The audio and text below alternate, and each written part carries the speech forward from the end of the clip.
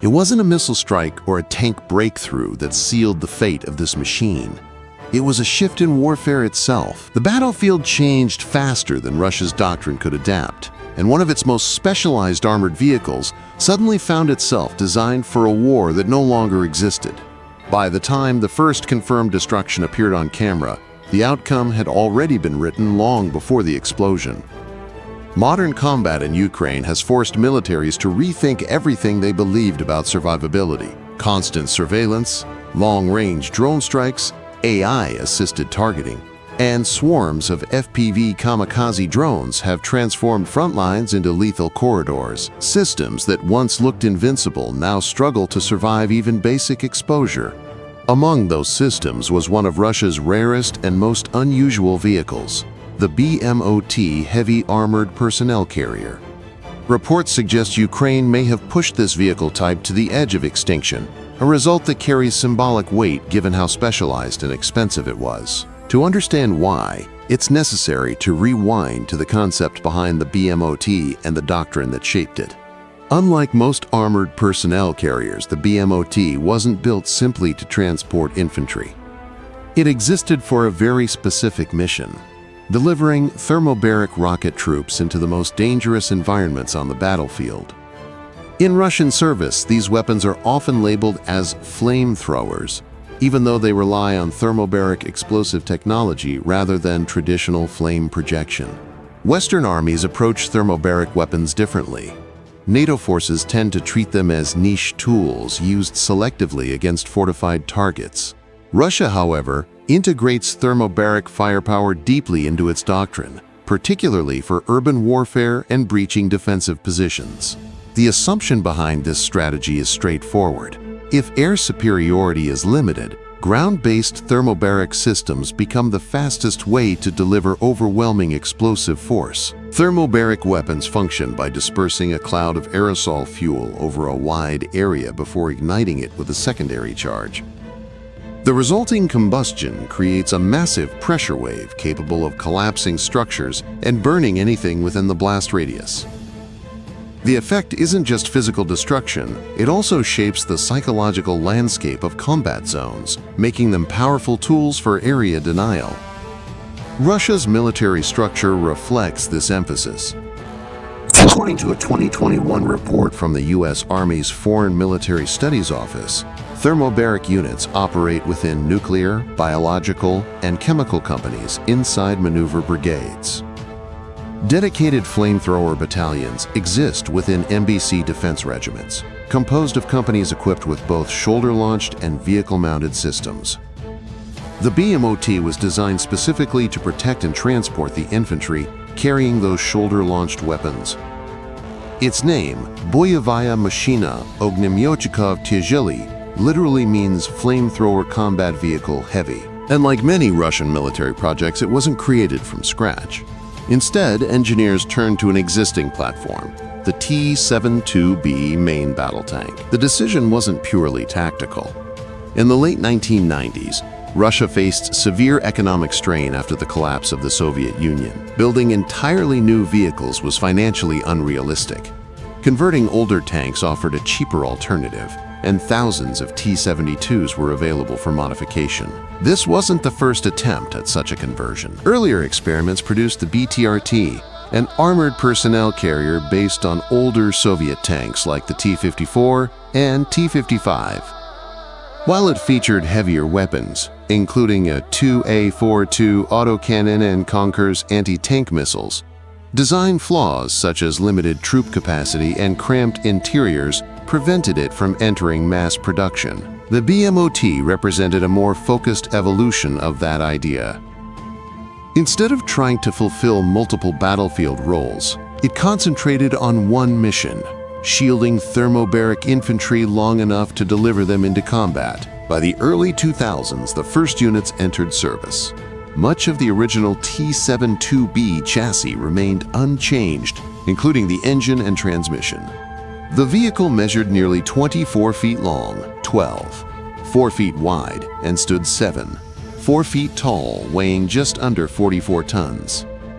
Powered by the V8-4M multi-fuel diesel engine and an 8-gear transmission, It could reach over 37 miles per hour on paved roads and nearly 25 miles per hour off-road.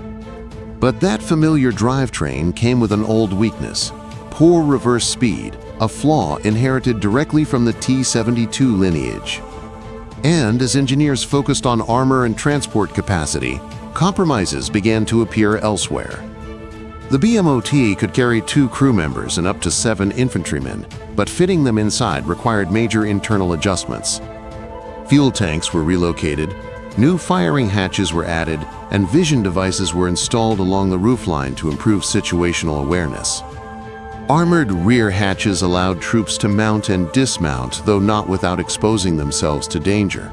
On paper, the concept seemed logical: heavy armor, specialized troops, and devastating thermobaric weapons working together. Yet hidden inside those design choices were vulnerabilities that would only become obvious once the war in Ukraine reshaped the rules of survival. And the biggest weakness wasn't its armor or speed. It was something far more fundamental: the way it fought. Because while the BMO-T looked like a tank from the outside, its offensive capabilities were shockingly limited, and that decision would change everything in the next phase of the story. At first glance, the BMO-T looks like a vehicle built for brutal frontline assaults. Heavy armor, a tank-derived chassis, and troops carrying thermobaric rockets suggest overwhelming firepower. But the reality is almost the opposite. Beneath its imposing exterior, the vehicle carried a surprising weakness: it was barely armed. Russia deliberately sacrificed onboard weapon systems to create space for infantry and their equipment. As a result, the BMO-T entered combat with only a single built-in weapon, an NSV-12 7mm heavy machine gun, known as the Utios, or Cliff. The weapon itself had a long history. Developed during the Soviet era and first deployed during the invasion of Afghanistan in the late 1970s, it proved effective against infantry and lightly armored targets, thanks to its ability to fire armor-piercing and fragmentation rounds. A vehicle-mounted variant, the NSV-T, became standard across Soviet armor, including tanks like the T-72B. So instead of installing more advanced systems, designers simply reused what already existed. On paper, that decision saved time and money. On the battlefield, it created a serious imbalance between protection and firepower. The commander had to open his hatch and stand partially exposed to operate the gun. There were no remote controls in the production version, even though earlier concepts had included them. Budget constraints likely forced the feature to be abandoned. That meant every time the weapon needed to be used effectively, the commander became a visible target. Technically, the NSV-T could fire between 700 and 800 rounds per minute, with a maximum engagement range of around 560 feet against ground targets and roughly 900 feet against aerial threats. Against infantry or lightly armored vehicles, it remained a useful tool. But against heavier armored personnel carriers, infantry fighting vehicles, or tanks, it offered little real deterrence. This limitation becomes more striking when compared to the earlier BTRT prototype. That vehicle carried a wider range of weapons, including a 2A42 autocannon, anti-tank missiles, and additional fire support systems. The BMO-T abandoned most of that firepower in favor of transport capacity. It relied almost entirely on the infantry it carried, troops armed with RPOA Schmel thermobaric rocket launchers. The RPOA, meaning Bumblebee, had been developed decades earlier as a safer and more effective replacement for older flamethrowers like the LPO-50. With a 93mm caliber and an effective range exceeding 300 feet, it could produce a blast radius of roughly 164 feet in open areas and up to 262 feet in enclosed spaces. For urban combat, it was devastating. But there was a critical problem. The rockets couldn't be fired safely from inside the vehicle. The backblast risk meant the troops had to expose themselves, either dismounting completely or climbing out through upper hatches. In modern drone-heavy warfare, that exposure could be fatal within seconds. And while the BMO-T struggled offensively, it attempted to compensate with strong defensive features. The front of the vehicle carried KONTAKT-5 explosive reactive armor blocks. These were designed to detonate outward when struck, disrupting incoming warheads and reducing their penetration power. Soviet engineers had once promoted KONTAKT-5 as effective even against kinetic penetrators like APFSDS rounds. Additional layers of spaced armor, rubber-lined blocks, and internal anti-spalling materials were added along the sides. On paper, this created a heavily protected transport platform. But real combat revealed something different. Ukrainian drones and anti-tank systems began to demonstrate that even reinforced armor could be overwhelmed by persistent precision strikes. Another design compromise appeared during mounting and dismounting. Because the original T-72 engine compartment remained intact, soldiers had to climb over the engine deck to enter or exit through rear roof hatches. Extra storage bins along the sides provided limited cover, and a spring-loaded pedestal helped reduce the risk of falling. Still, the process left troops dangerously exposed at exactly the moment they were most vulnerable. Fixing these flaws would require major structural changes, relocating the engine, redesigning the internal layout, or adding heavier weapon systems. Each solution meant turning the BMO-T into something almost entirely new, and that was unlikely to happen given its limited production numbers. Only an estimated 10 to 15 vehicles ever entered active service, despite costing between $300,000 and $500,000 each, relatively inexpensive compared to Russia's T-90M tanks or BMP-3 infantry fighting vehicles. The BMO-T remained rare even before the war intensified. But rarity didn't guarantee survival. As Ukraine adapted its tactics around drones and precision strikes, heavily armored vehicles began disappearing from the battlefield at an accelerating rate. Video evidence started to surface showing BMO-Ts destroyed or captured, raising questions about whether the vehicle's heavy armor actually mattered in a war dominated by small, fast, and relentless threats. And the first confirmed destruction would mark more than just the loss of a single machine. It would signal the beginning of a pattern that slowly erased the BMO-T from active combat, one strike at a time. The first confirmed loss didn't arrive with a dramatic announcement. It appeared quietly, a piece of visual evidence circulating online, showing that even one of Russia's rarest armored vehicles could be tracked, targeted, and destroyed. The date was April 12, 2022, and the location was the Chernihiv area. For a platform built to protect elite thermobaric troops, the message was clear. Heavy armor alone no longer guaranteed survival. What followed was a pattern that mirrored the broader transformation of the war. Ukrainian forces relied increasingly on drones, artillery, and precise targeting to dismantle Russian armored assets piece by piece. A second confirmed BMO-T destruction occurred on August 7, 2022, somewhere in Ukraine, followed by a third on September 14, 2022, in the Kharkiv region. Each loss reduced an already tiny fleet. At the same time, Ukrainian units managed to capture at least one BMO-T. On June 18, 2023, an image surfaced showing the vehicle repainted and integrated into Ukrainian service. Whether it was a rehabilitated wreck or a newly captured machine remained unclear, but its appearance highlighted how rare the platform had become. A month later, another video showed a BMO-T being used by Ukrainian forces to tow a tank, though analysts couldn't confirm whether it was the same vehicle or a different capture. These incidents fueled claims that the BMO-T might be nearing extinction. Ukrainian military analyst Oleksandr Kovalenko suggested that based on available information, Russia might have only a single operational vehicle left, or possibly none at all. He described the BMO-T as an extinct type of equipment during the full-scale war, but the numbers raised questions. If between 10 and 15 units had entered service, and only 3 or 4 were confirmed, destroyed, or captured, simple arithmetic suggested that several could still exist.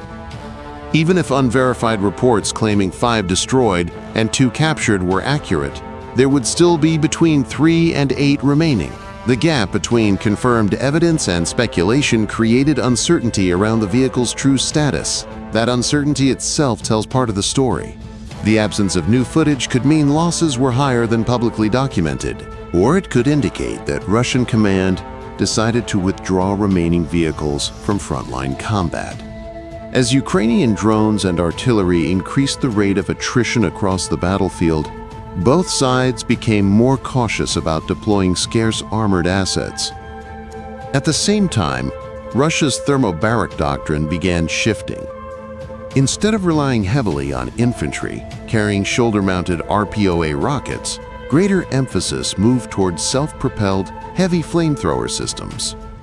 Vehicles like the TOS-1A Solntsepiak and TOS-2 Sochka became central to delivering thermobaric firepower at longer ranges. The TOS-1A, built on a T-72B chassis similar to the BMO-T, can launch 24 thermobaric rockets at once, with an effective range of about 7 miles. The wheeled TOS-2, based on the Ural 63706 truck, fires 18 missiles and reportedly reaches even greater distances. A newer system, the TOS-3 Draken, unveiled in 2024, is capable of launching up to 15 incendiary or thermobaric rockets. These platforms offered something the BMO-T lacked: standoff capability. Instead of moving infantry dangerously close to enemy lines, they could deliver devastating thermobaric strikes from safer distances. In a war defined by drones and constant surveillance, that difference mattered. Thermobaric munitions remain some of the most feared weapons on the battlefield. When detonated, their shock waves travel along the ground, making trenches and dugouts far less effective as protection. Temperatures at the epicenter can exceed 400 degrees Fahrenheit, turning defensive positions into lethal traps. Because of that destructive potential, Ukrainian forces prioritized targeting thermobaric systems whenever possible. In July 2025, Ukraine's General Staff claimed that at least 100 heavy flamethrower systems, including TOS-1A, TOS-2, and older TOS-1 Buratino vehicles, had been destroyed. Those figures sparked debate since independent tracking site Oryx Spionkop listed far fewer confirmed losses, including at least 34 destroyed TOS-1A systems and 2 TOS-2 vehicles. Given that only about 45 TOS-1A units were believed to have been built, the discrepancy raised questions about how losses were counted. Regardless of the exact numbers, the strategic trend was obvious. Russia leaned increasingly toward heavier, long-range thermobaric launchers, rather than specialized troop carriers like the BMO-T. The vehicle's original mission, delivering flamethrower infantry into close combat, became harder to justify in an environment where exposure meant near-instant targeting. And that shift may explain why the BMO-T slowly disappeared from public view. Not necessarily because every vehicle was destroyed, but because its role no longer fit the realities of the battlefield. Yet the real question wasn't just whether the BMO-T survived physically. It was whether the concept behind it, a heavily armored carrier built for close-range thermobaric assaults, could survive in a war dominated by drones, precision strikes, and constant surveillance. Because by the time the last sightings faded from footage, something far bigger than a single vehicle had already vanished. A doctrine built for a different era of warfare. By late stages of the war, the silence around the BMO-T became almost as telling as the confirmed losses. Whether several units still existed or not, the vehicle's presence on the battlefield faded into the background. And that disappearance highlights a deeper truth about the conflict in Ukraine. Survival no longer depends only on armor thickness or raw firepower. It depends on adaptability. The BMO-T was conceived during a period when Russia needed specialized solutions at minimal cost. Converting existing T-72B tanks into heavily armored personnel carriers made financial sense in the late 1990s. Thousands of obsolete hulls were available, and the need to protect thermobaric infantry seemed logical under the doctrine of close-range assault operations. At the time, the design looked efficient. Heavy armor from a tank chassis, a crew of 2, space for 7 infantrymen, and compatibility with Russia's established thermobaric units. But the very features that once made the vehicle practical became liabilities in a new kind of war. The limited onboard weaponry meant the BMO-T depended heavily on the troops it transported for offensive capability. The exposed mounting and dismounting process forced soldiers to climb over the engine deck, increasing vulnerability at critical moments. And the commander's need to stand partially outside the vehicle to operate the NSVT machine gun created another constant risk. Even its defensive upgrades struggled to keep pace. KONT-AKT-5 explosive reactive armor was designed to counter older anti-tank threats, yet modern Ukrainian drone tactics demonstrated that persistent precision attacks could overwhelm layered protection.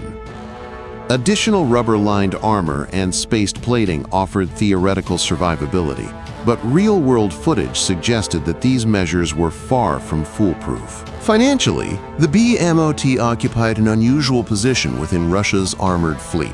Estimated between $300,000 and $500,000 per vehicle, it was relatively inexpensive compared to main battle tanks like the T-90M Prorov, which cost around $4 to $5 million, or even upgraded T-72B3 tanks at $2 to $3 million. Infantry fighting vehicles like the BMP-3 ranged from $1 million to $3 million, while modern APCs such as the BTR-82A and BTR-90 sat around $1. $4 to $1, $5 million. In that context, the BMO-T's price resembled older refurbished platforms like the BTR-80 or BMP-2. Yet cost alone couldn't secure relevance. The war's technological evolution reshaped priorities. Instead of moving thermobaric infantry into direct engagement range, Russia increasingly relied on systems capable of launching rockets from safer distances. The TOS-1 Otsepyak and TOS-2 Sochka became more prominent, while the newer TOS-3 Drakon hinted at further adaptation towards standoff firepower. Ukraine, meanwhile, adjusted its own tactics to exploit weaknesses in heavy armor. Drones identified targets, artillery delivered strikes, and even rare vehicles became vulnerable once detected. The confirmed destruction of at least 3 BMO-Ts, along with captured examples appearing in Ukrainian service, reinforced the idea that rarity didn't equal invulnerability. Debates over the vehicle's extinction continue. Ukrainian analyst Oleksandr Kovalenko argued that losses might have reduced operational numbers to 1 or even 0. However, simple calculations based on reported production suggest that several could still exist. The lack of recent footage might indicate that Russia withdrew remaining units rather than losing them entirely. With attrition rates high across all armored categories, preserving scarce equipment became a logical choice. Another factor may be the changing role of thermobaric forces themselves. As Russia leaned more heavily on heavy flamethrower systems capable of launching multiple rockets at once, the need for a specialized armored carrier diminished. Delivering infantry into close-range thermobaric combat became riskier than firing from distance. In that sense, the BMO-T wasn't just a victim of Ukrainian strikes. It was a casualty of evolving doctrine. The broader lesson extends beyond a single vehicle. Throughout the conflict, numerous armored platforms once considered formidable have struggled to adapt to a battlefield dominated by surveillance and rapid targeting cycles. Heavy armor still matters, but only when paired with flexibility, remote systems, and layered defense against drones.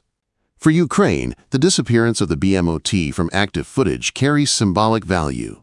If even a heavily armored flamethrower carrier built on a tank chassis can be neutralized or sidelined, it reinforces the effectiveness of modern defensive strategies. And for Russia, the fading presence of such a specialized platform raises questions about how future armored concepts will evolve. Whether the BMO-T truly becomes extinct or simply remains hidden from the front lines, its story reflects a turning point. It began as a solution to economic hardship and doctrinal priorities, evolved into one of Russia's rarest vehicles, and ended up facing a war that changed faster than its design could keep up with. Because in Ukraine, the real weapon reshaping the battlefield isn't a single vehicle or rocket system. It's the relentless pace of technological adaptation. And any platform that fails to keep up risks disappearing not only from combat footage, but from the future of warfare itself. Subscribe for more military insights, tech breakdowns, and updates.